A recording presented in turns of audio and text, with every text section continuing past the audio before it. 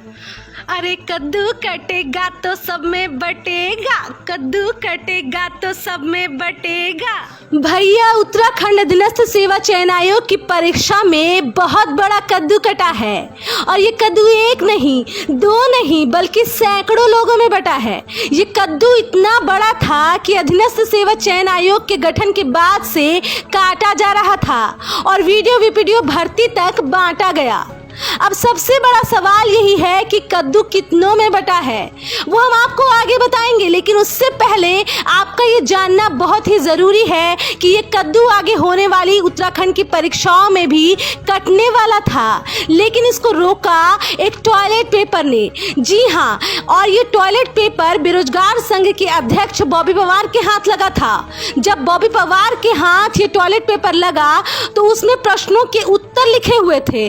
मतलब उत्तराखंड के बेरोजगारों के भविष्य को एक टॉयलेट पेपर ने बर्बाद होने से बचाया और उस टॉयलेट पेपर को दुनिया के सामने लाने वाला शख्स भी बॉबी पवार ही था। चलिए अब दोबारा कद्दू पर आते हैं।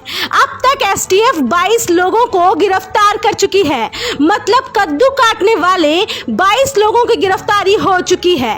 और कद्दू को कितनों में बांटा गया, डीजीपी अशोक कुमार की माने तो इनका आंकड़ा 200 से भी ज्यादा है, जो 15-15 लाख में कद्दू का एक पीस लिए थे और कद्दू खाकर अब राज्य की सेवा में जाने वाले थे। सोचिए ये वहां जाते तो कितना और कद्दू खाते और कितनों को खिलाते। कद्दू काटने वालों में सबसे बड़ा आरोपी हाकम सिंह भी गिरफ्तार हो चुका है, लेकिन हाकम को कद्दू किसने पहुंचाया?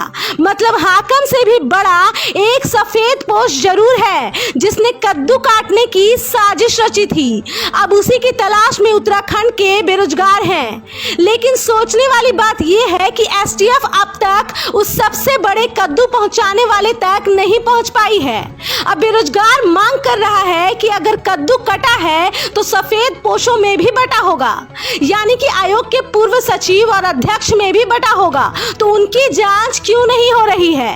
और सवाल ये भी है कि मुख्यमंत्री सीबीआई जांच के आदेश क्यों नहीं दे रहे हैं? इसके पीछे क्या कारण हो सकता है? क्योंकि सचिवालय तक कद्दू पहुंचा था। बहरहाल जो भी हो, लेकिन अगर बेरोजगार सुस्त नहीं पड़े तो कद्दू काटने वाला और बांटने वाला जल्द ही सलाखों में होगा, क्योंकि अगर इस भर्ती में सफेद पोशों तक पहुंचना है तो वो सिर्फ बेरोजगार की एकता ही पहुंचा सकती है जो अब तक दिखी है, और ये एकता अगर आगे भी रही तो कद्दू के 1000 गुनहगार जल्द सामने आएंगे।